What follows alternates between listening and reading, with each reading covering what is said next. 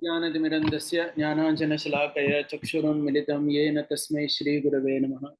श्रीचैतन्यमनोभीष्टं स्थापितं येन भूतले स्वयं रूप कदा मह्यं ददाति स्वपदान्तिकं वन्देऽहं श्रीगुरु श्रीयुतापदकमलं श्रीगुरुन् वैष्णवांश्च श्रीरूपं साग्रजातं सहगण रघुनाथान्वितं तं सजीवं साद्वैतं सावधूतं परिजनसहितं कृष्णचैतन्यदेवं श्री राधा कृष्ण पादान सागर ललिता श्री विशाखान्वितांश्च नमो विष्णुपदाय कृष्ण पृष्ठाय भूतले श्रीमते भक्तिवेदांत स्वामी नित्यनामिने नमस्ते सरस्वती देवे गौरवाणी प्रचारिणे निर्विशेष शून्यवादी पाश्चात्य देशतारिणे वाञ्छाकल्पतरुभ्यश्च कृपा सिन्धुभ्येव च पतितानां पावनेभ्यो वैष्णवेभ्यो नमो नमः। नमो महावदन्याय कृष्ण प्रेम प्रदायते कृष्णाय कृष्ण चैतन्य नामने गौरतिशे नमः। हे कृष्ण करुणा सिंधु दीनबंधो जगतपते गोपेश गोपिका कांत राधा कांत नमोस्तुते। तप्त कांचन गौरांगी राधे वृंदावनेश्वरी वृषभानुसुते देवी प्रणमामि हरिप्रिये। वाञ्छाकल्पतरुभ्यश्च कृपा सिन्धुभ्येव च पतितानां पावनेभ्यो वैष्णवेभ्यो नमो नमः। जय श्री कृष्ण चैतन्य प्रभु Nityanand Shri Advaita Gadadhar श्रीवासदि गौरभक्तवृंद।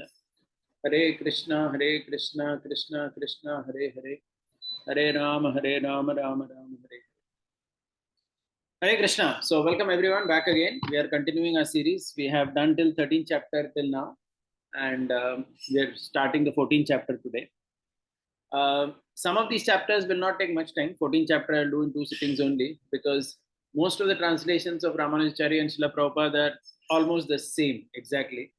There are only some places where there is a commentary which is kind of a little different, on which I'll be focusing, because the topic is the 3 modes of material nature. So it is by and large similar. So these couple of chapters, 14th and 15th, will go a bit quick.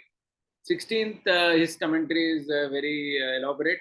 So we'll spend some time on that. And 18th is very, very elaborate. So we will spend more time on that. Sorry. So 14th, 15th, 17th, etc. may go a little fast. So as usual, we'll begin with the verse of Srila Yamunacharya, where he summarizes the 14th chapter of Bhagavad Gita. And then we will go into the commentary. So look at the summary verse.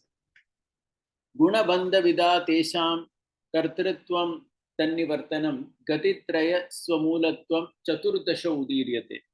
Chaturdasha means 14th chapter. So what are the topics in the 14th chapter as per Yamunacharya? He's saying the manner in which the 3 gunas of sattva, rajas and tamas cause bondage in samsara. That is the first topic. How we get bound. Second, the nature of causing actions that reside in 3 gunas. That means how is it that these make us act? Okay, so one is how they bind us, and how is they make us act. So there are 2 topics related to these 3 modes. Third is the means to dispel these gunas. And the fourth is that Bhagavan is the only one that gives all 3 Purusharthas, that is Aishwarya, Kaivalya and Bhagavad Prapti, are told in the 14th chapter. Okay, so there are 4 topics here. How the gunas bind. Second is how the gunas make us act. Third is how to ensure that we are not bound by the lower modes. That means how to protect ourselves, correct, from lower modes. That is the third topic. And the fourth topic is how the 3 destinations. This is all in connection to that 7th chapter. If you recall, we have always said, right, that 7.15, Chaturvida Bhajante Mam, Ramanuja and Yamunacharya, they have broken that 4 into 3. Aishwarya Kami, Kaivalya Kami, and the Bhagavat Labharti, the one who wants Bhagavan himself. Okay, so that means in more simpler language, those who want material opulence, those who want monistic liberation, and finally those who want Krishna himself. Okay, so the fact that all these 3 are subservient to Bhagavan. So these are the 4 topics in the 14th chapter. So let's get into the chapter right away. Look at the verses and we'll start. Yeah, so 14.1. Shri Bhagavan Uvacha Param Bhuya Pravakshami Jnananam Jnanamuttamam Yajnatva Munaya Sarve Param Siddhimato Gataha. Bhagavan Sri Krishna says, I shall now explain about the knowledge of the 3 gunas, which is most superior among the knowledge concerning Prakriti and Purusha. By acquiring this knowledge, many sages have contemplated deeply on this knowledge and have thus crossed beyond the realm of mundane samsara and attained the essential and pure nature of the Jivatma.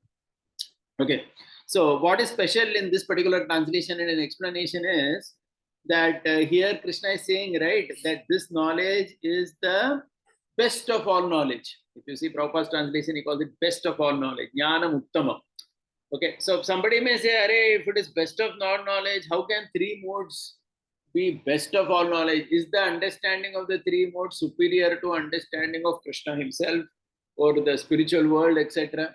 So that is why what Ramanujacharya does is he says, see the context. The context is 13th and 14th chapter. And what is happening in the 13th and 14th chapter? If you recall, last time only when we did 13th chapter, I had said that this 13th, 14th chapter is mainly talking about Chit and Achit.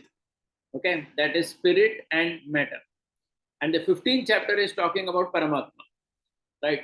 So among the topics of Chit and Achit, this is the topmost knowledge. Because this is binding the Chit. That means the living entity is bound to the samsara due to three modes only. Okay, so when we say, so Ramanujacharya says that when we say Jnana Muttamam, it doesn't mean that it is the absolute top knowledge, because that is obviously the knowledge about Krishna and spiritual world and all that. That is certainly topmost. That is superior to understanding three modes. But it is, that is why, you know, the translation, if you see the translation is like a commentary only. When Krishna says Jnana Muttamam, he says it is superior among the knowledge of Prakriti and Purusha. Among Chitta and Achit, this is superior. Okay, so that is one point. And then he says, Sarva Munayaha. So why it is like that? Why is this topmost? Because those who contemplate on this, they have crossed over the mundane samsara and attained the essential and pure nature of Jivatma. So basically he says that those who are Kaivalyarthi and those who are Bhagavat Prapti, you know, those who want impersonal liberation as well as those who want the spiritual world, Bhagavan himself, for these two people, they have to know this. Then only they can cross over samsara. Otherwise, you are stuck in samsara. That's all. Right? So like that, he gives this particular commentary and you know, the beginning of this particular verse. Right? Yeah. So this is the first thing. So let's go ahead. Next one. So 14.2. Idam jnanam upashritya mama sadharmyam agataha sargepi nopajayate pralayeti navyatanti cha. Acquiring clear understanding of this knowledge, which I am going to impart you, which is regarding the nature of the three gunas, people have attained a state similar to my nature, and they do not get born at the time of cosmic creation, at the time of cosmic dissolution, they do not suffer. Okay, so again, the translation is pretty similar to Prabhupada. The only point where the emphasis he does is sadharmyam. You know, this word sadharmyam, which is there, means what? That means knowledge which is, you attain a state similar to my nature. So what do you mean similar to my nature? Is it similar to my nature means either Kaivalya or spiritual world. Both are his own nature only, right? So whether you attain impersonal liberation or whether you attain spiritual world, it is obviously connected to Krishna only, right? So that is why he says that that is the focus here. And they do not suffer. Yeah, so there is no other special point to be said here. Let's go ahead. Mama yonir mahat brahma tasmin garma dadamyaham sambhava sarvabhutanam tato bhavati bharata. Hey Arjuna, the huge Mula Prakriti called Brahma, which is the cause of this entire material universe, is my possession and is subservient to me. And I place the aggregate of all the Jivatmas, which is the seed of the birth of all living beings, into this Mula Prakriti. There from the birth of all the beings, right from Brahma down to the blade of grass, take place. Okay, so this verse, so actually the first 4 verses of the 14th chapter, Ramanujacharya says is Avatarikai. Avatarikai means, it's a kind of a Tamil Sanskrit word. It means like an introduction. Okay, so in this introduction, what is happening? See, Krishna starts by glorifying the knowledge. And then Krishna says, if you understand this knowledge, what you can get? You can attain my nature.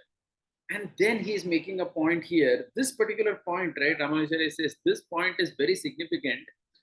What he's making in this particular verse, because this defeats the Sankhya. You know, there are these atheistic Sankhyas. They also talk about 3 modes. But they talk about Prakriti in a way without bringing Paramatma into picture. That means they talk only about Prakriti as if Prakriti is independent. Okay, so this particular verse is a verse which is kind of making the very big picture clear. What is the big picture? That Krishna is the one who joins the Atma in matter. That means, so that is the main purpose of this verse. So there is the spirit and there is matter. The matter is basically by the three modes, and the spirit is the Atma. How are these two coming together? If you ask the question, it is due to Krishna. So that the role of the Lord is becoming clear in this particular verse. Because otherwise, there are other philosophies also that talk about Prakriti, but which do not bring the Lord into picture. Right? So that is the only thing here. Anyway, we'll not spend more time on this as well. Let's go ahead. The fourth verse. Sarva yonishu kaunteya murtaya sambhavanti yaha tasam brahma mahadyonir aham bija pratapidam. Hey Arjuna, son of Kunti, in whichever forms the embodied beings originate, be it as gods, Gandharvas, Yakshas, Rakshasas, men, animal, beast, birds, snakes, fishes, the cause of all these bodies is Prakriti, which is the affected state in association with the respective Jivatmans, and I am the father who places the seed, the individual Jivatma, into the Mula Prakriti in accordance with his karma. Okay, so previous verse was about Srishti, and this verse is talking about Pralaya as well. Okay, this verse is touching Pralaya as well. So the point here is people are daily dying and getting new bodies. So there is Nitya Srishti, Nitya Samhar going on. And the Lord, he is doing this. He is connecting these two. He is emphasizing that point again. Okay, so the first four verses were just an introduction. Krishna glorified the knowledge and said that he is causing the Chit and Achit to come together. Having said that, now Krishna goes into the description of the three moods. This is where we will spend some time and we will go a bit more slowly. Sattvam Rajas Tamayiti Guna Prakriti Sambhavaha Nibandhananti Mahabaho Dehe Dehinam Abhyayam. The three gunas, Sattvam, Rajas, and Tamoguna, are by nature inherent in Prakriti and manifest when the Prakriti transforms into Mahan, Ahankar, etc. These gunas of Prakriti bind the Jivatma, who by essential nature has no association with these gunas, but has been in association with Prakriti since time immemorial due to his karma, in the body which is transformed by Prakriti, O mighty armed Arjuna. Yeah, so now onwards we will go a bit slow because there is some commentary to these verses. So here Krishna is introducing the knowledge, right? Introducing the topic of this chapter, saying that Sattva, Rajas, and Tamas, these three gunas, they are in Prakriti. And Mahan is the Mahatattva, what we call as Mahatattva, he is calling here as Mahan, and Ahankara, etc. So in all these things, it is there, these three gunas, and the Jivatma has no association with these, but he is caught up due to this. If you, these three modes, this topic about the three modes is a very, very special topic in the Bhagavad Gita, because we see in in general in Sanatana Dharma, in no other religious system, the topic of gunas exists. About how the matter binds us to this world in multiple ways. This topic is not spoken at all anywhere else. It's a very, very special topic. Ramanujacharya makes some introductory points here. He says, Sattva gun, basically, he says, it leads to knowledge about something as it is. So the most important thing about the three modes he mentions here. So about Sattva, he says, what are the characteristics of Sattva gun? You understand things the way it is. Okay, so if somebody is able to understand anything in the material world the way it is, the way it actually is, then it is Sattva. Rajoguna, what happens? It clouds the vision, and hence it is like dust which clouds the vision, because of which one doesn't understand perfectly, one gets attracted to something. Okay, so Sattva Guna, basically it leads to knowledge about everything. Rajoguna leads to that attraction to things, where the knowledge becomes less. And Tamoguna covers a person even more completely and makes it very difficult to see things for what they are. Okay, so I think we all have this experience in our life and the life of people whom we interact with as well, that some people have this ability to see situations very, very clearly. With a clear mind, they're able to analyze.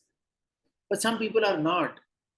they are either clouded, which is Rajoguna, or they are completely covered, which is Tamoguna. Okay.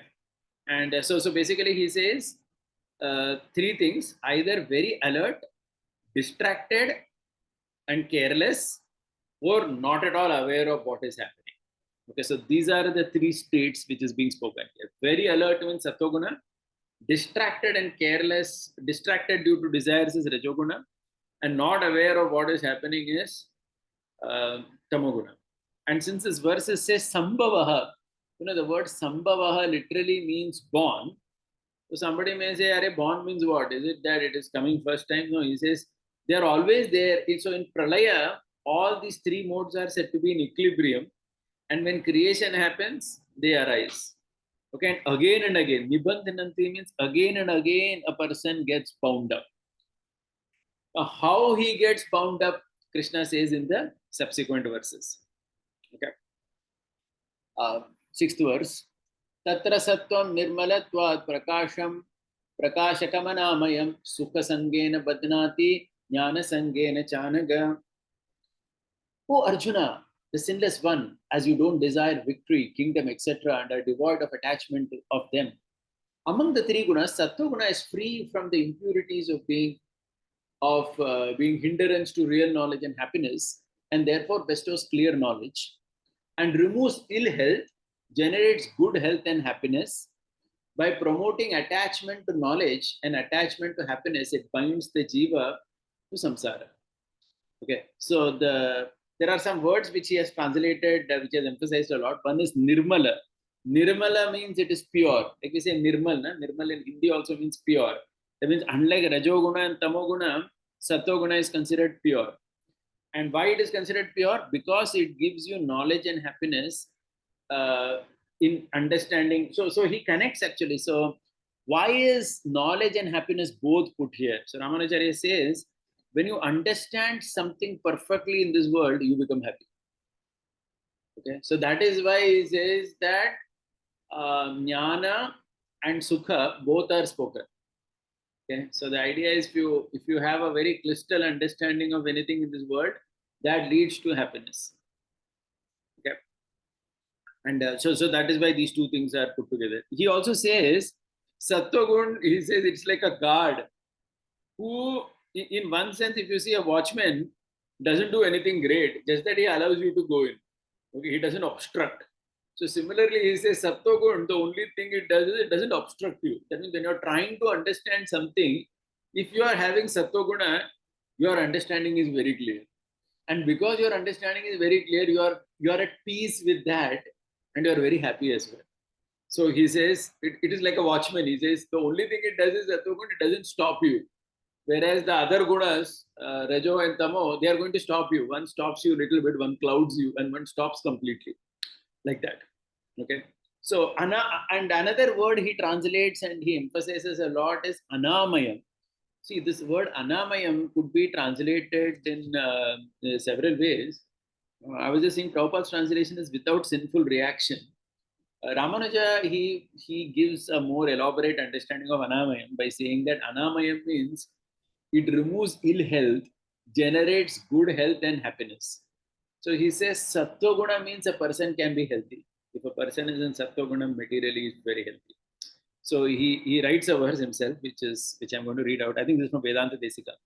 He says, Na sattvat arogyam, na dvaya vachana kshema karanam, na Vedanta shastram, na madhu vachana tattvamadikam. So he compares many things. He says, without speaking about Krishna, there is no tattva. Somebody doesn't accept Krishna and speak about Madhusudan, then there is no tattva only. If somebody doesn't bring Vedanta, then there is no Shastra only. Shastra means Vedanta, he says. If somebody doesn't bring the holy name of Krishna, then you cannot have ultimate benefit for yourself. Na dvaya vachana kshema karanam. That means without connection to the name of the Lord, there is no question of kshema. That means ultimate satisfaction. The best thing that can happen to you in life is only when you're connected to the name of the Lord. But the first important thing he says is na sattvat arogyam. Without sattva guna, there is no question of arogya. Okay, so that's why having a healthy, long life is also considered a product of Sattva Guna. And it is emphasized because disease means Rajoguna and Tamoguna. If somebody is, they are repeatedly falling diseased in certain ways, the body, the mind, when it is in a diseased state, disease is also a product of the lower modes only. Whereas he says Sattva Guna is very, very clearly going to give you good health. Okay, now how you can get that? There are going to be some explanations. We'll come to that very shortly. Right. So he says, so there is an example that a commentator gives. He says, see, it's just like suppose if someone in the material world, this is a material example, like suppose somebody is studying mathematics. If you understand that mathematics right perfectly, there is a great pleasure in it. I'm not sure how many of you have experienced this when you were studying any subject in your school, college, etc. If while studying some particular subject, any subject, it may have been mathematics, it may have been computer programming, whatever. If you understood that subject well, now there is an immense pleasure that you get just by understanding it correctly. You feel, wow, this is how it was. I never realized it. So that clear understanding about something gives you happiness. Okay, so that's the point here. And Sattva goes beyond that. So you understand everything. I mean, it can be world politics, it can be it can be about the mentality of some person, XYZ person. Everything Sattva Guna gives you the clear understanding. This is how this is happening here. And just by understanding something clearly, you feel very happy. And so Ramanujacharya says there is a desire to experience it repeatedly. So person feels, I want to experience this understanding and this happiness which I'm getting from Sattva Guna again and again, which is why Badnati is bound to the samsara. He's bound to samsara. So he says, of course, it is binding. It is well accepted because one has to go beyond the modes. But yes, right. So this is the point. Okay, so this is Sattva Guna. Now we'll come back to Sattva Guna because the way Krishna speaks about the three gunas is each guna he speaks and again he goes back to the three gunas. So it keeps repeating like that. Right? So we will come back. Rajo ragatmakam vitti trishna sanga samudbhavam Tannibadnati Kaunteya Karma Sangena Dehinam. Hey Arjuna, son of Kunti, understand that Rajoguna is the cause of mutual attraction between the male and female, is the cause of the desire for sense objects and cause of longing for togetherness with relatives and friends. Thus, the Rajoguna binds the Jivatma by propelling him to engage in acts which become the cause of rebirths. Okay, so some explanation is needed here. So Krishna is saying three things come from Rajoguna. One is Raga, second is Trishna, and third is Sangam. Someone may say, all these three are same, right? In a way, they look to be same, but Ramanujacharya employs what is called as Gobali Vardhana Nyaya. So in Nyaya Shastra, there is something called Gobali Vardhana Nyaya. Gobali Vardhana Nyaya means, suppose you make a statement. Okay, so let's give an example. Suppose somebody says,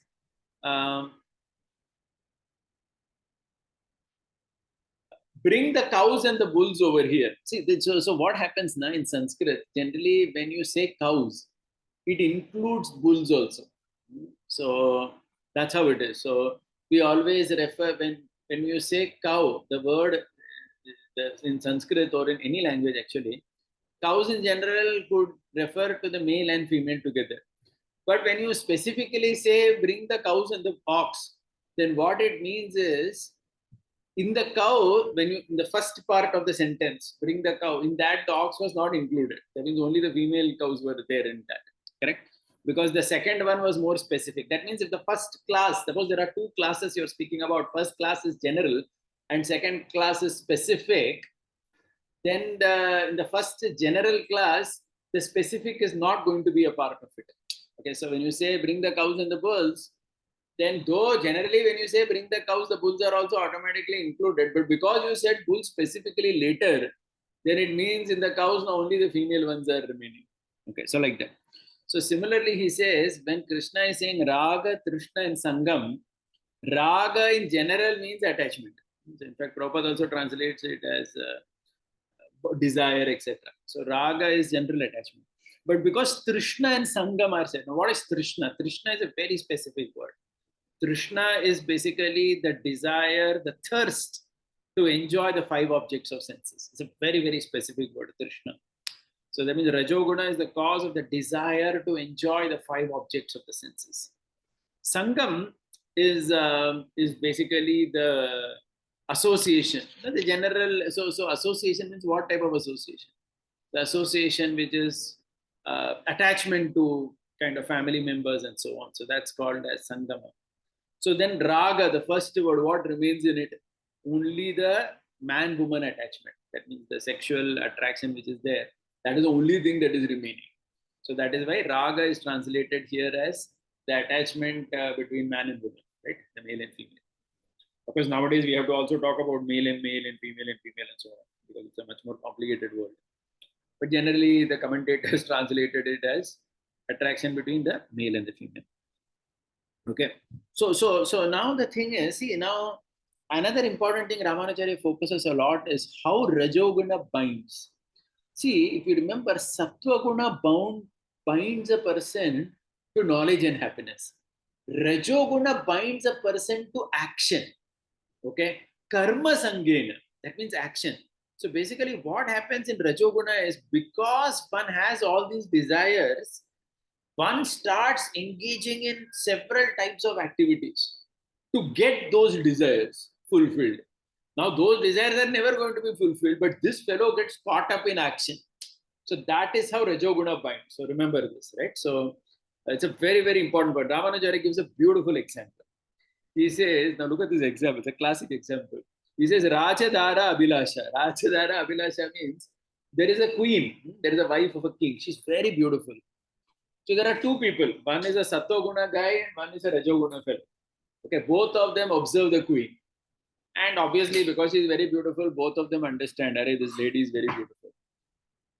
But the Sattva-guna person, even though he sees that this lady has a lot of beauty, he understands things the way it is. So he understands, okay, this is the wife of the king. So let me not dwell too much on this. Okay, there is no point thinking about the beauty of the queen, because she's not going to be an object for people's enjoyment or whatever. So just let he immediately, kind of that particular thought he pushes is out and he gets engaged in something. Right? So he's happy because he got proper knowledge.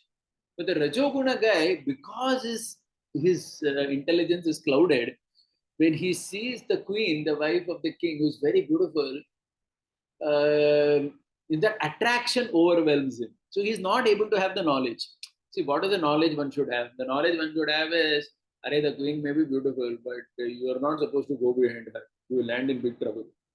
Okay, so that knowledge comes to the Sattva-guna person, so he's happy. But the Rajoguna person, that knowledge doesn't come to him only. He thinks, okay, this woman is beautiful, so what? I'll get her somehow or the other. And he starts doing many things somehow to get that woman. Okay, the woman can be the wife of a king or some very rich man's wife, you can assume, whatever. Okay. But this fellow gets caught up in action to get her. And in that process, he's caught up. Okay, so the first fellow in knowledge, so this is how the first fellow is saved. Okay, because he had clear knowledge, he understood that she is not for me, so he was saved. But the second fellow, he got caught up because he didn't have that knowledge, because his vision was clouded. He couldn't see things the way they are. So see things the way they are means what? When you see some other man's wife, you're not supposed to think about how I can enjoy her, because that's not how you see her. You have to see her as whatever, right? So you have to have the right understanding of who she is, her relation to her husband, everything. Then you can be peaceful. But if you don't have that knowledge, then you start doing many things to obtain her, and then you're caught in those actions. So that is how it is. Right? So Sattva-guna fellow will never land in such a trouble, but the Rajoguna will land in trouble. And that is why eventually he will get dukkha. Okay, so the long-term consequences of there are immediate consequences, medium-term consequences, long-term consequences. Everything Krishna speaks about. See, initially Krishna is speaking about immediate consequences. What is immediate consequences? Sattva-guna fellow gets attached to knowledge and happiness. Rajoguna fellow gets attached to action. And Tamoguna we will see soon. That is immediate consequences. Then there is something called middle-term consequences. Middle-term consequences means what? Rajoguna person eventually suffers. Eventually he gets dukkha. Okay, eventually he gets dukkha. Initially, he gets caught up in action, but by doing that action to get that woman, eventually he's going to land up in some misery only. And the long-term consequences is where he's born in the next life and so on. So like that. So everything Krishna speaks in the Bhagavad Gita. Correct? So let's go ahead now to the 8th verse. Tasmatva jnanajam viddhi mohanam sarvadehinam pramadalasya nidrabis tannibadnati bharatam. Okay, so this is about tamoguna, immediate consequences of tamoguna. So what happens? So here some words are differently translated. We'll focus on that. Hey Arjuna, scion of the Bharata dynasty, understand that tamoguna is the one to be best avoided by all beings, which is born of false knowledge due to Jivatma's sins, generating vipirita jnana, false knowledge in all beings by promoting lack of attentiveness, which causes one to neglect one prescribed work, and promoting indolence, and by promoting fondness of excessive sleep, the tamoguna binds the jivatma to samsara. Okay, so some words are very, very elaborated here. The first word Ramanuja elaborates is tu. You know, this word tu which is there, na? Tu means, see how he translates tu. It is to be best avoided. So the word tu is translated as something which is the tu, that one syllable tu over there, it indicates that it is to be avoided. Okay, and why did you land in tamoguna? Due to ajnana. So ajnana means previous sins. Okay, so from that only. And mohanam. Mohanam means what? Vipirita jnana. Vipirita jnana means false knowledge. That means you understand things the other way only. Okay. And what are the three things tamoguna binds you to? So if you remember, right, Sattva bound us to happiness and knowledge. Rajoguna bound us to work. Okay, so see, in Rajoguna, that I thought that was very interesting. I'm just recapping that. In Rajoguna, Krishna doesn't say you're bound to desire to enjoy. No, the desire to enjoy is there, but you're bound to work. That means that desire then goes in the background. See, that's why many times you will see that people with too much Rajoguna, the desires are very dormant there in the background. What they are actually caught up is the work to get those things. Okay, like that. Tamoguna, what does it bind you? Three things. Now, these three things are translated slightly differently, some of those words. We will focus on that. Pramada, see, pramada he translates, you know, what does he say? Pramada. Pramada, he says, is distraction. That means, distraction means you don't know what you are supposed to do. That means what you should not do, you don't know, and what you should do also, you don't know. So that is what he calls as pramada. So he kind of talks about this like a lack of attentiveness. So that means one doesn't know what is to be done and what is not to be done. That is what is he calls as pramada here. Because of which he says one neglects one's prescribed work. That means what one must do, one is not doing. And what one must not do, one is doing. Because he just doesn't know only. So this is what you get bound up to. You're chained to this.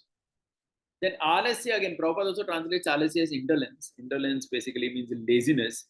So Ramanuja says laziness is different. Alasya is different from pramada. He says in alasya, what happens is I know what is to be done, but I'm unable to do it because I'm lazy. So in the pramada, you don't even know what is to be done. But now let us say you know what is to be done, but you are lazy, so you are not doing it, or you don't know, or you know that this is not to be done. That also you know. No, in pramada you didn't even know that. Now you know it is not to be done, but still you are caught up in that. And third is nidra. Nidra, of course, is excessive sleep, shut down totally. Actually, here Ramanuja and others also they give a very important point in this. See, nidra, everybody needs some nidra. So this point will keep coming that we all need some that regulated tamoguna at night, for example, to sleep. But the sleeping in the day is considered a very big sin and generator of tamoguna. Most of you may be surprised to know this, that in any genuine Brahmin tradition, to sleep in the noon time or to sleep in the day is considered a very big vice. It's considered it's considered generating excessive tamoguna at a time when you're not supposed to do that. So it's considered a sin actually. It's considered outright sin. I remember that, in South India, when they do the thread ceremony for the child, he has to take only 2 vows. One is that he will do the Trikala Sandhya, morning, afternoon, evening. And third is he will not sleep in the daytime. Okay, these 2 things, if he does, it is considered good enough, right? So it's considered like ideal or whatever. So sleeping in the day is considered very, very negative. So that produces too much tamoguna. So one should, so whatever one's quota of sleep is, one should manage that at night itself properly. Okay, so that you are not affected by tamoguna. Actually, sometimes you will have this experience also. I mean, if someone sleeps in the day, even for any reason, and when you get up, you will see that there is a particular heaviness in the whole system. At night, actually, when you sleep in the morning, when you get up, there is actually a freshness. But that again doesn't happen the same way in the day sleeps. So that's considered negative. So anyway, so this is how it is, right? So totally shut down. And especially sleeping in the sandhya, etc., evening time, like this time is the sandhya time. So sleeping at this particular time and all is considered extremely detrimental. That produces excessive tamoguna. So this is emphasized by all the commentators, right? So this is a point to be said here. Yeah, let's go ahead now. So till now we have understood what we are bound to. Okay, how the 3 modes bind us. Krishna summarizes all this in the 9th verse. Sattvam sukhe sanjayati rajak karmani bharata jnanam avritya tu tamah pramade sanjayatyuta. Hey Arjuna, the sattva guna causes attachment towards happiness through increased knowledge. The rajoguna makes the jivatma preoccupied in action, whereas tamoguna wields clear knowledge, making the person unable to apprehend truth of things and drives the jivatma towards contrary actions, resulting in sins and thus binding him. Okay, so now Krishna's summary is beautiful. How you get bound, Krishna has said. In Sattva-guna, you are bound to happiness. In one word, you are bound to happiness. It's not even knowledge. The knowledge ultimately is leading to happiness only. Okay, so you're bound to happiness in samsara, that you have understood everything properly, you understood how the whole thing is working. So that is where you're bound to. Rajoguna, you're bound to action. You're running behind things. It's not even desire. The desire goes in the background. You're only running behind things. So action, you're bound. And Tamoguna, you're basically bound to distraction. That means you just contrary action. That means doing what is not to be done, not doing what is to be done. Okay, due to lack of knowledge. So, but this is the one thing you get bound up to, viparita action. Right? So this is how the binding happens. Yeah. So till now, Krishna has introduced this topic. Now at this point, somebody can get a doubt. Somebody may say, Are Krishna had already said that the 3 modes are there in every object. So if 3 modes are there in every object, so then so let's say there is Sattva-guna also and Rajoguna also in some. Sattva-guna will give Sukha and Rajoguna will give Dukkha. So doesn't they cancel each other? Sattva-guna, for example, will give you knowledge and Tamo-guna blocks knowledge. So if all 3 modes are there in everybody, then at the same time, one will give knowledge, one will stop knowledge, one will give happiness, one will give dukkha. So won't they cancel each other?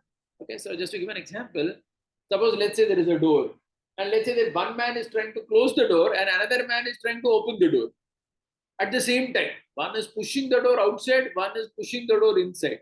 So net, somebody may say nothing happens, right? The door neither closes nor opens. It's in a particular state. Wouldn't like that happen if the 3 modes were are always there, because Krishna has already said all 3 modes are there everywhere, and Krishna has also said how these 3 modes are acting. So then how do we understand? So that's why the next verse is important. The next verse, what Krishna says is, Array, all 3 modes are there in every object, but that doesn't mean all of them are acting simultaneously. Sometimes one gets more power and the other are dormant. And the other time the other one goes up, the first one is dormant. So like that it is. So that is why it is not like somebody is trying to close the door and open the door simultaneously. So yeah. रजस्तमश्च विभूय सत्वं भवति Bharat रजसत्वं तमश्चैव तमस्सत्वं रजस्तथा रजस्तमश्च विभूय. Hey Arjuna, the sattva guna at a point of time may grow and will overpower the rajoguna and tamoguna. At another point of time, the rajoguna grows in strength and overpowers the sattva guna and tamoguna. Further, at another point of time, the tamoguna grows in strength and overpowers the sattva guna, rajoguna. Okay, so this point now is very clear that all these three things, it's not that they are all happening at the same time. Right? So one example is given by the commentators. It is like kaphavata pitta. So our bodies all have kaphavata pitta, but they are never in perfect balance. Always something is little more than the others, and based on that, there are some effects in the body, right? Yeah, so I'll not go into that thing. That's an Ayurvedic example, but so similarly here. So like in the morning, the sattva guna is higher, daytime rajoguna is higher, nighttime tamoguna is higher. Okay, so udbhavam and adhibhavam. Udbhavam and adhibhavam, two words are used here. So that means udbhavam means one increases, adhibhavam means the other one decreases. Okay. So now here there is a commentary that he gives. So he says, who decides which mode should dominate? Okay, somebody may say, Are, if you say that Sattva-guna will overpower Rajo and Tamo-guna, who decides that? Who decides when Rajo-guna should dominate? Because Krishna is only saying here that Sattva-guna dominates, Rajo-guna dominates, or Tamo-guna dominates. But who decides that? So Ramanujacharya gives two points for it. This will need some explanation. So first thing he says is, the Lord decides, he says. The Lord decides. So the Lord, when his anugraha is there on us, sattva increases. When the Lord's nigraha is there on us, then there is rajoguna, and there is too much nigraha, then tamoguna. And somebody may say, Are, the Lord only decides, then what can I do about it? So he clarifies, he says, no, it is not that he decides just like whimsically or without any background. According to your karma in the past only and what you have done only, he decides which mode you are fit for. So he says that is how it is. So he says that according to our own action only and our own past, he decides that, okay, let this dominate right now in this person. Okay, so that is one thing he says. But then he says at our level, he says, what decides which mode dominates is, he says one and only one thing. He says the food that we eat. This decides which modes we are in. So he says this is the most important thing from our perspective. Because somebody may say, I don't have control on my past. I don't have control on how the Lord will decide what I will do and so on. Right? So no. So the answer is the food that we eat are as per three moods. And he says that actually affects a lot. And there is a lot of commentary here on this topic. So briefly, I will go into that before we continue with the set of verses. So this ahara sattva, shuddha sattvi, there is that verse also that Prabhupada quotes in one place, shuddha sattva dhruva smriti, it goes on like that, right? So food, the intake that we have, the right quantity, the right kind of ingredients, this is considered extremely important from the guna perspective. Okay, so of course as devotees, most of us, we know some basic things like, we may not eat onion, garlic or mushroom, etc. because we consider that to be tamoguna. But interestingly, if you see, there are a lot of things spoken about which food or which type of vegetables, fruits, or which type of grains, etc. One should preferably avoid or at least reduce drastically. Okay, so I'm going to read out a list of that. Please don't be overwhelmed by looking at this list because it seems as if there are a lot of things that we also may be eating which are considered in the lower modes. Okay, so at least one thing we could do is we could reduce that in general. They are in any way not that good for health also. Okay, so simple example, the favorite of most people, potato, right? So that is again considered in the lower mode. So it's something Brahminical tradition tries to avoid, reduce as much. I also obviously understand that we may find it very difficult to keep this at zero, But even from health perspective, one could understand that, okay, so if it is reduced, it's good. In fact, any Ayurvedic doctor will also tell you that potato causes a lot of vata.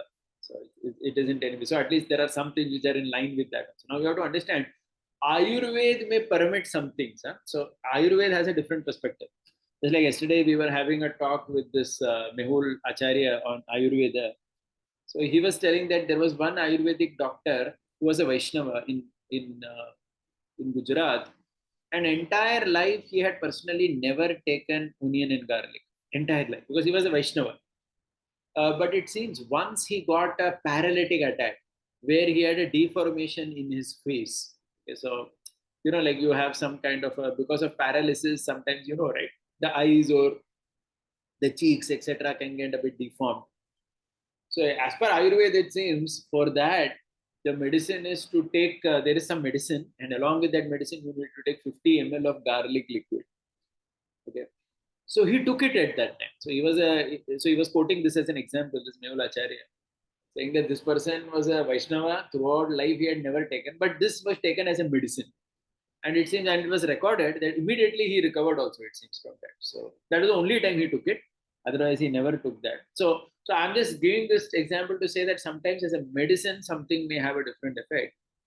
But in terms of modes, it is very clear that these are tamoguna. Okay, so I'll read the list. There are many things given here. One is, of course, among the vegetables, some more examples. Radish. Okay. One clue they give is anything that has too much smell is considered in the lower modes. So just like if you know radish, it has a very strong smell. Even things like pudina or among green leafy, the shepu, it has a very strong smell. Okay, so these are also considered in the lower modes. Then among brinjal, the white brinjal, so they say the purple one is sattoguna, but the white one is to be preferably avoided. Then there are even other things like beetroot, carrots, etc., which are counted in lower modes. Even drumstick, though drumstick leaves are considered fine, but drumstick itself is considered in the lower. So there is a huge list over here. So these are some important ones that I just read out, and of course, tomato, etc., tondli, dodka, so these things are all considered in the lower mode. So if any of you have experience of going to traditional temples in India, South Indian temples, they may be even Smartha temples also, or even Jagannath Puri, if you go, none of these vegetables you get. If you go to Jagannath Puri or Udupi, or even if you go to Shankaracharya's Matha, or if you in South India, if you see the Shraddha ceremony, it is done very, very meticulously, where you will not get any of these. In Jagannath Puri, you will not get all these things that are read. You will not get dudhi bopla, you will not get radish, carrot, beetroot, potato, tomato, drumstick, mushroom, onion, garlic, white brinjal, pudina. None of these things you will get. So this is not something very specific to the Sri Vaishnava commentators or acharyas, but when I did some study in this, if you see across India, in most traditional temples, these things are avoided because they are considered lower. Okay. Now, as far as we are concerned, we may feel that okay, we may not be able to avoid all this, but then at least you may reduce it as much as possible because these are considered in general lower. Now, this is only about vegetables. So, like this, there are things in every other thing also, like in dairy products. This cheek, which is there, na cheek is when the colostrum, it is called. That means when the calf is newly born, there is a particular thing that is made out of the milk that the cow gives. So that is called as cheek. So it's a dairy product. And our favorite paneer, that's also considered in the lower modes only because it is made by spoiling milk. So that is considered in the lower. Again, you will not get paneer in any traditional temple in India. You can try anywhere. They will not give you paneer because it's considered lower. So even among for example, among dal and pulses, masoor dal or nachni, etc., are considered in lower modes. Okay, so they generally avoided. You will not see ragi, and nachni means ragi, or this masoor dal, etc. They are also considered lower. So like this, there is a big list. But of course, there are so many other things that one can take as well, like all the beans varieties, capsicum, all pumpkin varieties, sweet potato, everything from the banana, Karela, and so many other things are there, which is considered perfectly fine. So like this. Okay, so the food is a very major cause of the gunas, and that's why traditional temples in across sampradaya, whether it is Dvaita, whether it is Advaita, or whether it is Vishishta Advaita, or whether it is Jagannath Puri, Nathdwara. You go to all these places, even Nathdwara, if you go, you will not get these vegetables that I just listed up. Traditional cooking is followed, and in traditional cooking, all these things are not served up. Okay, so Ramanujacharya here in commentary to this particular verse, he quotes this particular point. That's why I went into the details of all this. The point being that it is food which decides the guna. At least at our level, we can understand that food, sleep, these things are very critical. You sleep in the daytime, you eat wrong type of food stuff, or even wrong type also means refers to. I mean, there are so many other things also, like these fine grind things also, like our maida, vaida, and all. Even they are not permissible in general, which is why you again don't see them in traditional cooking so much. Anyway, right? So all this is part of the three modes. So food is considered very significant because this is something that's entering our system constantly. So that's why if the right type of food is given, then a person's memory and his consciousness is awakened. So I think all of you know the story of Yamunacharya as well, where Nathamuni told his instructed that Yamuna should be fed some particular leafy vegetable. Tutu like kira, it is called in Tamil. So it's a very specific green leafy vegetable that increases sattva guna. So he was fed that so that his thinking becomes a little more clear and he can understand things the way they are, which kind of opened the way for him to come back to the path of spirituality which he had experienced in his childhood. Right. So food is considered a very significant part of our existence. Yeah. So let's go ahead. Yeah. So we are at verse number 11. सर्वद्वारेषु देहेऽस्मिन् प्रकाश उपजायते ज्ञानं यदा तदा विद्याद् विवृद्धं सत्त्वम् इत्युत. Okay, so now what Krishna is doing is how to know which mode is active at which time. How do we know which mode is active? That is the topic of the next three verses. So first is about Sattva-guna. So Krishna is saying here, when it is observed that knowledge which grasps the true nature of objects is produced through the five jnanendriyas and the mind, at that time you must understand that in a particular body, Sattva-guna dominates over other two gunas. So this is the indication. How do you know Sattva-guna is active? Okay, so there is only one difference in this translation, the one of Srila Prabhupada. Prabhupada speaks about Sarvadvareshu literally as all 9 beats, whereas here Ramanuja says that Sarvadvareshu means only the Jnanendriyas. That means the eyes, the nose, the ear, the tongue, and the skin, and the mind, he says. Prabhupada didn't include the mind, but he includes the mind. So there is some slight difference here. I'm just elaborating on that.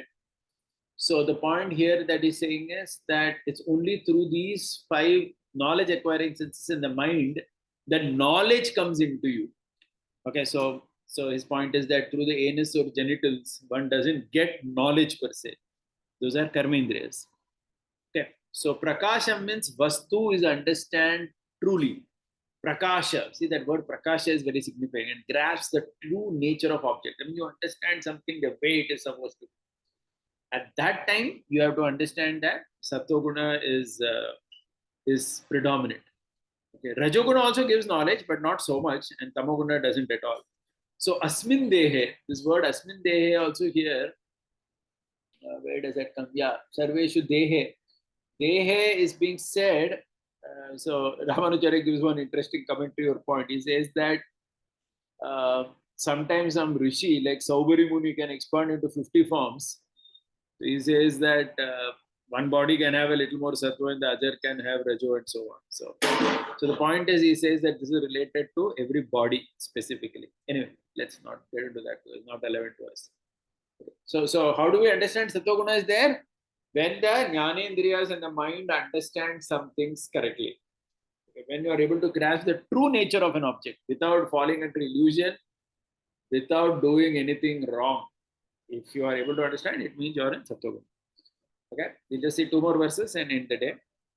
Second is for Rajoguna, obviously.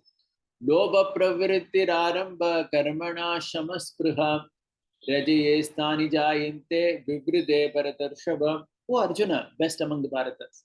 When the following rises, see now the indications that Tamoguna is, Rajoguna is there. Lobha. See, Lobha is generally translated as greed.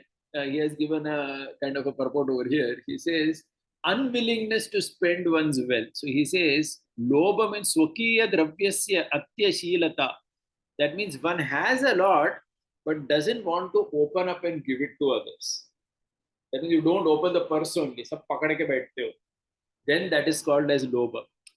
So we generally translate Lobha as greed, but he has kind of elaborated that. That means unwilling to spend one's wealth.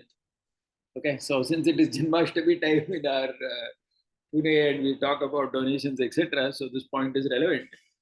That one should, so in our general Sanatana Dharma, this idea of being charitable has always been encouraged. That means, open up your purse and kind of give.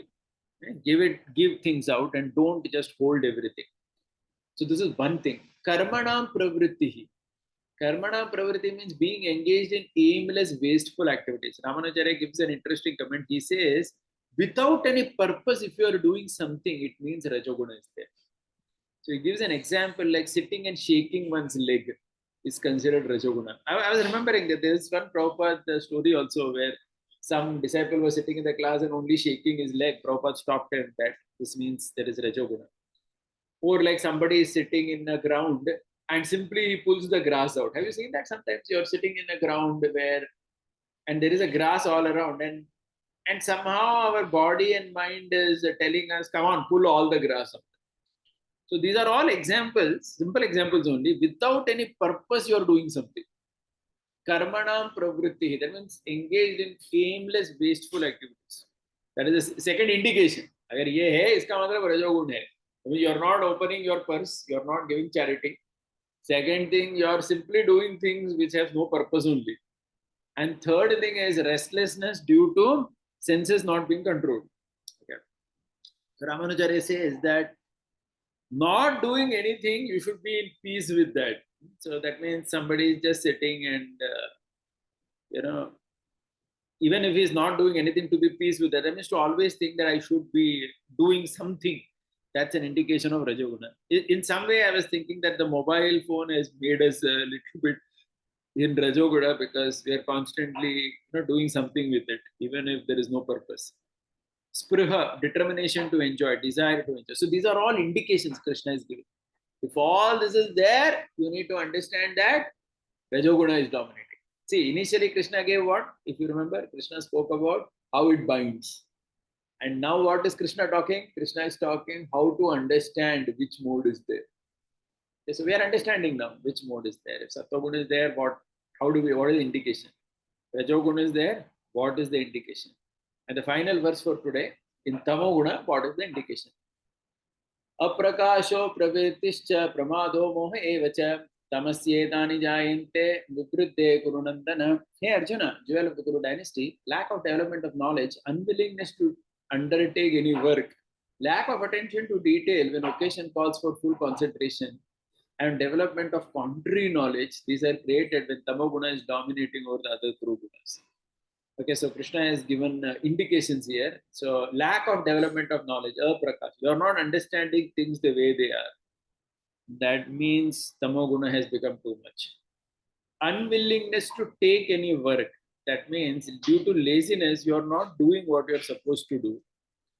And due to distraction, you are doing what is not to be done, etc. And moha, viprita jnana. You are developing contrary knowledge about anything. Okay. So that is why we associate with activities, right? Like we say that if somebody is drinking, that is tamoguna. Why we are saying that? Because a person is unable to see that this substance actually is not going to give me any pleasure. He's not able to see that. That's why he's engaging in it, right? So like that. and it's kind of increasing his moha, etc. So all these things are indication that moha, the tamoguna is more. Finally, just before we conclude for today, the commentary here also says that some amount of rajoguna and tamoguna must be there. He says even for sleep one needs tamoguna, and for doing something in the world one needs rajoguna, because rajoguna is related to action, right? So any action, even if you want to walk, you need rajoguna for that. So that action of walking is also rajoguna only. So he says that Rajoguna is needed, Tamoguna is needed to sleep, because at sleep, if you're always having knowledge about everything, you cannot sleep, right? You need to shut off. So you need some Tamoguna, but that is very, very moderated. So the Gita's teaching here is primarily one's life should be regulated by Sattva and not by Rajoguna and Tamoguna. So that is actually the essence of what Krishna said. It's not that Rajoguna and Tamoguna are to be completely avoided. No, it cannot be possible. As long as you have this body, till the end, some amount of Rajoguna and Tamoguna are needed only. Okay, so having said that, we will pause for the day. We have done half the chapter. We will see the rest half next time. So we are moving a bit quickly because most of the verses are, most of the commentary also is very similar to what we have already studied. I only focused on the differential part. What was is apparently different than what we already knew. Right. Thank you very much. Is there any question, anybody? We can take. If there are any questions. Otherwise, we can end the day. Any raise of hand? Any question?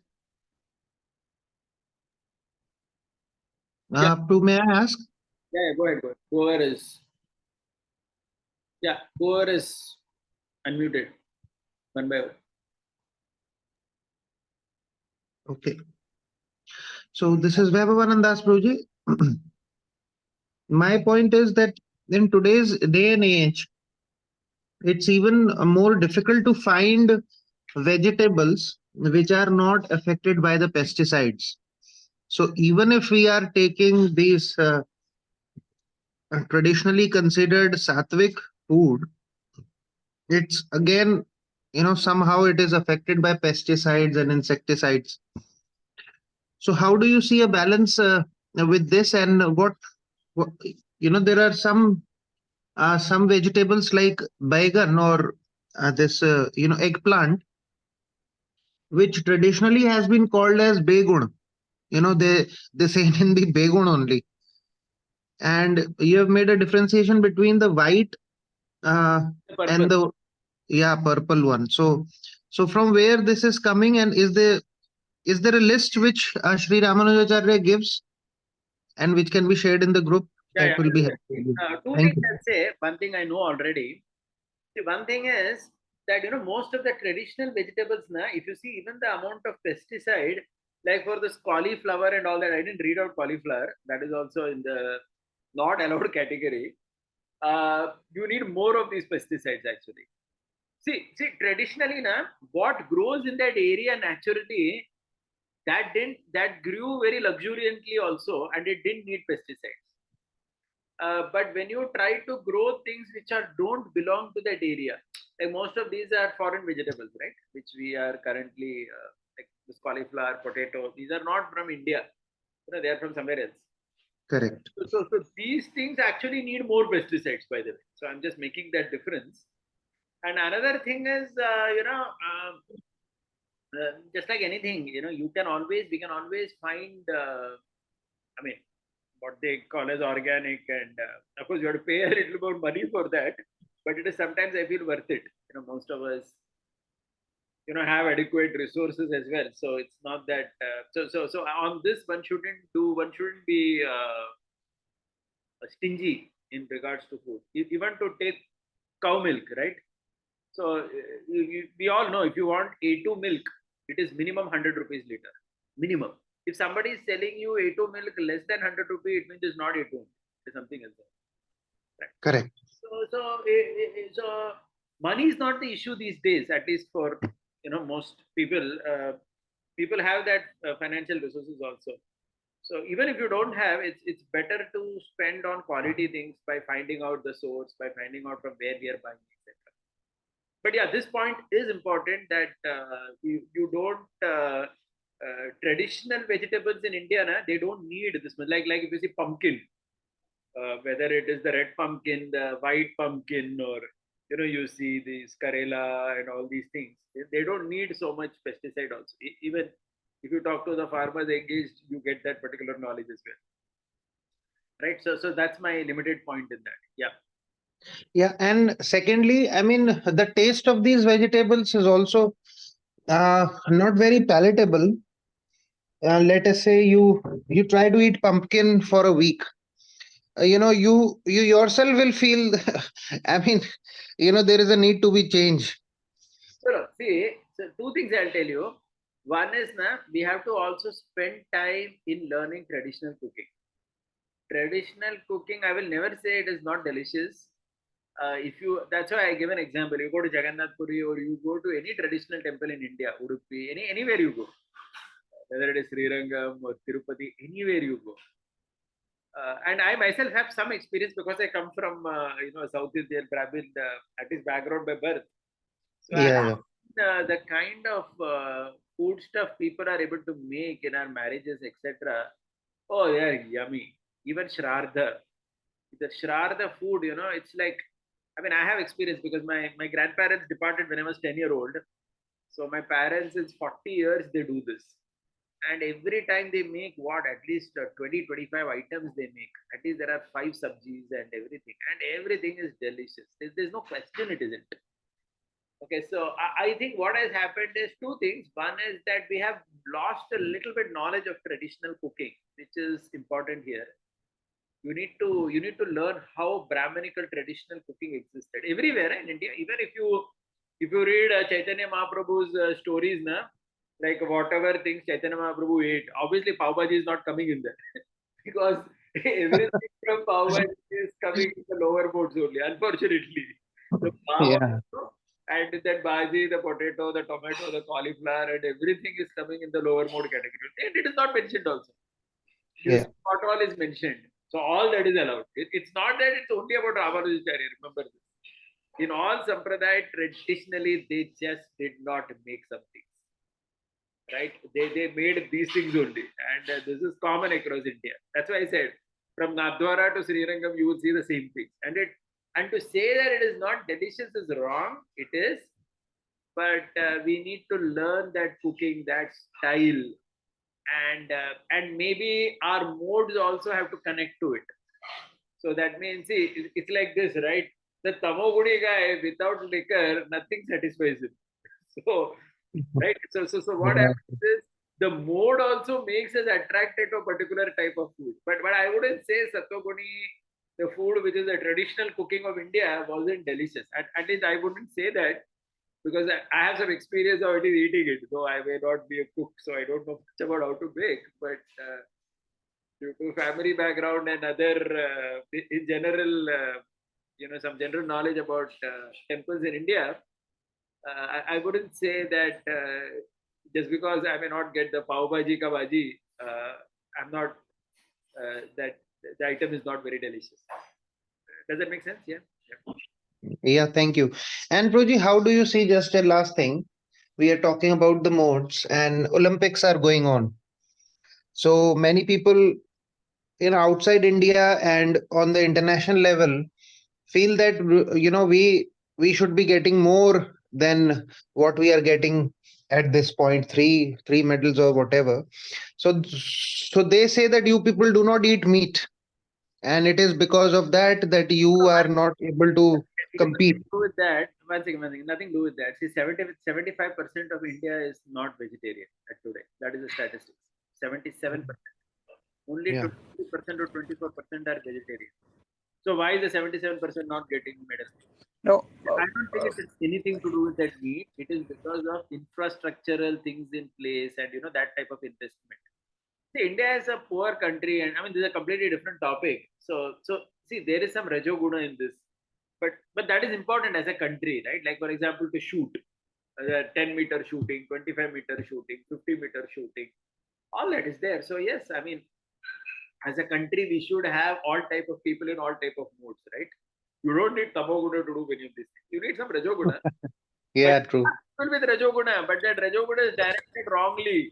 It is better to direct it in winning Olympic medals than doing the other nonsense people are doing. I would say that much. Mhm. Hare Krishna, Well, Prabhu. thank you. Prabhuji, Thank you. can we link this point from Vaibhavanand Prabhu to that point where we are now saying like there is a larger debate that our society is actually lacking Kshatriyas, right?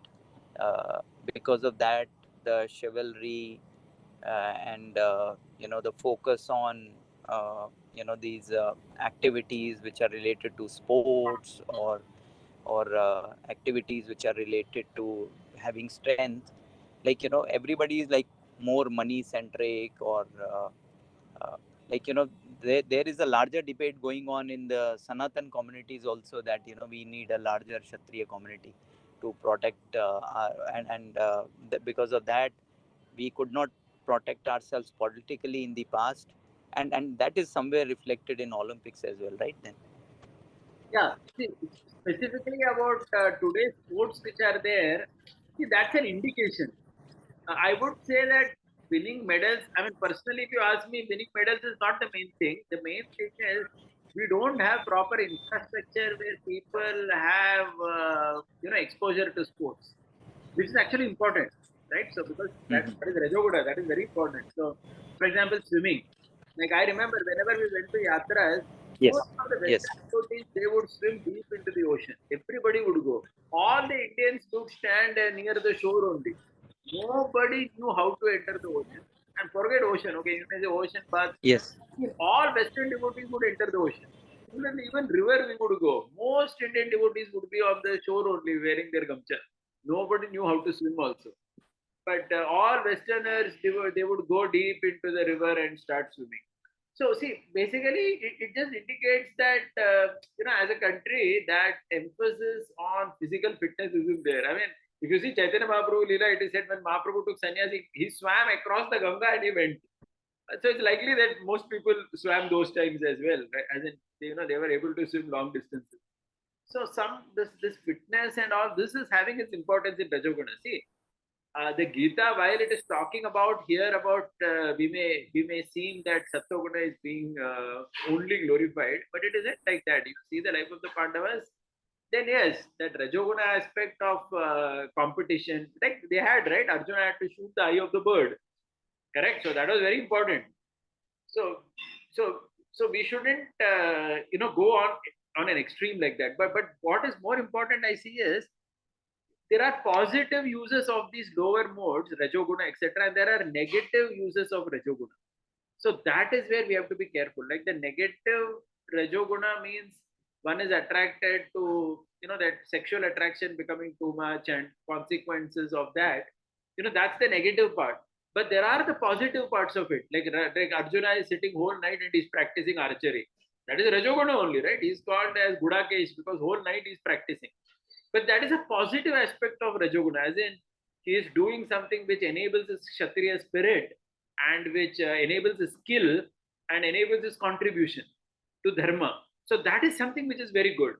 But if another Kshatriya is only playing dice and is drinking and having party with women, then that is also lower mode only, but that is discouraged. So even in the lower modes, Rajoguna, etc., there are some aspects of it which are good, and there are some aspects of that which are detrimental. So that distinction also one needs to make. I hope I am being clear on that. Like, I mean, if you go back to the Shivaji Maharaj stories, there are stories of Shivaji's generals who literally fight to death, right? Like that Baji Prabhu Deshpande, he's just standing and deciding we will fight till we die. We have to hear Shivaji reaching that fort, and they have to blow some instrument by which we will understand that he has reached. Then we will give up our life. Now to fight like that, you actually need Rajoguna and Tamoguna. If you are only Sattva, you cannot fight like that. But then that is positive use of it. That's not a negative. On the other hand, being drunk and going to a pub, etc., that's considered negative use of Tamoguna. So my point is these modes like Rajoguna, Tamoguna also, they had their positive use in the broader Dharma perspective. And that has been well understood in our scripture. I hope that satisfies the points being said.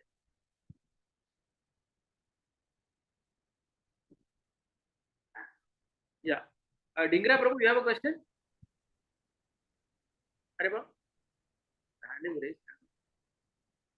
Yeah, sorry, Prabhuji. Actually, I was unable to unmute. So, Prabhuji, actually, this list of Satogun food, the vegetables, wanted to know, like, actually, I think I could hear just one, which was pumpkin was in Satogun, but others also we want to know so that we can use more in our daily life. Okay, I'll do one thing later. I'll try to make a list and put it up on the group. I'll do that. Give me some time. And Sunita also have one question. I'll just. Go ahead, Mati. Hare Krishna Prabhuji, Dandavat Pranam. Prabhuji, my question is that when you said that there is a dominance of any particular guna, it depends upon, of course, Krishna's anugraya, and which depends upon the past karma. So I want to know the past here refers to the past life or like past in this life also. Both. It's always both. Okay. That topic will come. And Yeah. In this okay. 14th chapter. Only. And I remember reading somewhere that Prabhupada said that sweets are in Satoguna. Is it correct? See, jaggery based are sattva. The sugar ones are more rajasic. Okay. Thank you, Prabhuji. Hare Krishna. Yeah, Rajendra Kumar Prabhu, any question? Yeah, Haribol Prabhu. Prabhu, this is regarding sleep. Now there are pastimes that after having lunch, Krishna also slept for some time. Then Prabhupada also slept for like 20-25 minutes. And then if we sleep in the daytime, if it is more than 2 hours, take a bath. So how do we understand this compared to what you said that? Yeah. Okay, see, one thing is the scriptures will tell you that if you sleep more than an hour, you must take a bath. That is to basically drive out the tamoguna. But that's not license to tell that you always keep sleeping. Okay, so now see, it could happen that you will see some story. Chaitanya Mahaprabhu had a big dance in some Rath Yatra or something, and he was extremely tired, and he had an afternoon nap or something like that. Yeah, you may see that in such personalities as well. There are 2-3 things you have to understand. One is there is some exceptional background being given. They had a huge dance or something for hours and hours. They were dancing, and they were very tired and they kind of slept. Okay, so which is kind of understandable, you could say. But then if somebody is going to make it a very active part of their daily routine, then that isn't considered good. And now see, now there are some things which are also specific to age. With age, generally, if you see old people, they don't get sleep at night enough. So they are forced to have some nap in the afternoon because they don't. It was not only with Prabhupada or specifically anyone like that, but in general, with most old people, you will see that they cannot sleep for continuous 7 hours very easily. Their sleep gets disturbed, due to which they need some rest in the daytime as well. Okay, so certainly, the modes are at play. You cannot say that the modes are not acting. However, I'm talking here from a general case. We have a young man or people like most of us who are not old or anything. If you can avoid sleep in the daytime, that's the best. That's it. Otherwise, you will have to have such a sadhana or such a routine which can handle or compensate that particular mode. Because there is tamasic mode without a doubt. Yeah, okay, bro. Thank you. Hare Krishna. We ended it. Srila Prabhupada ki jai. Gaur Bhaktivinoda ki jai.